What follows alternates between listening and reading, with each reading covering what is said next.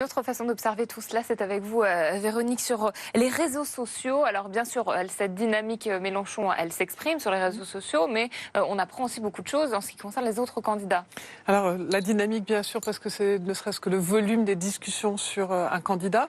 Depuis le début de l'élection, c'est François Fillon dont on parle le plus sur les réseaux sociaux. Eh bien cette semaine, la dynamique Mélenchon, elle a réussi à dépasser François Fillon, puisque c'est en part de voix sur les 5 premiers candidats. Eh bien il passe à 30% de part de voix, donc à plus de 880 000 messages, pour vous donner une idée des volumes.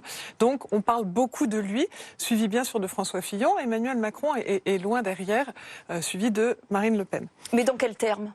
Alors c'est toute la question, c'est dans quel terme. Alors sur les réseaux sociaux, surtout quand on parle politique, si on parle de tonalité positive ou négative, c'est un peu faussé parce qu'on a le 3e degré et la dérision qui fausse un peu les choses. Donc ce qui est intéressant, c'est de regarder les émotions.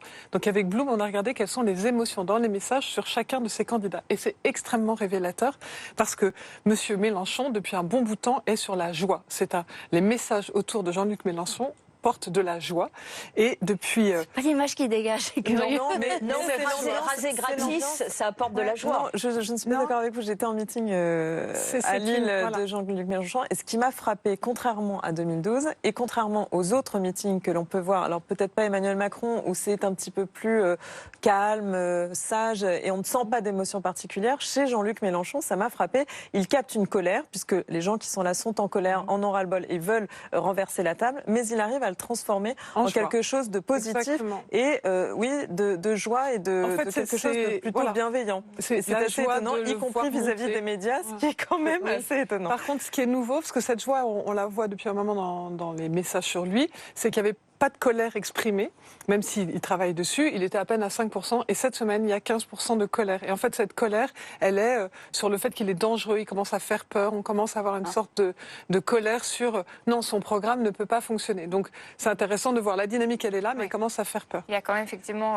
des points qui contrebalancent. Sur les autres candidats, ce qui est intéressant, c'est de voir que Emmanuel Macron, il a de la colère, et c'est très nouveau. Il n'est qu'à 32% de confiance, toujours pareil, les émotions dans les messages qui parlent de lui, mais la colère commence à apparaître. Et pourquoi la colère? C'est qu'en fait, cette colère, c'est d'abord parce qu'il est souvent vu comme l'héritier de Hollande et ça exprime de la colère. Et la campagne de Fillon a fonctionné de ce voilà.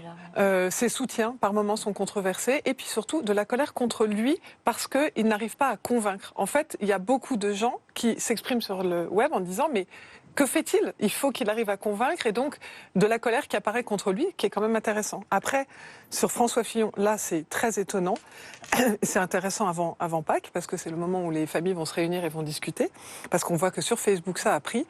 François Fillon est à près de 65% de confiance. Il n'y a pas d'émotion forte autre que la confiance, et la confiance c'est qu'en fait il dit, c'est son fameux message « ne m'aimez pas ».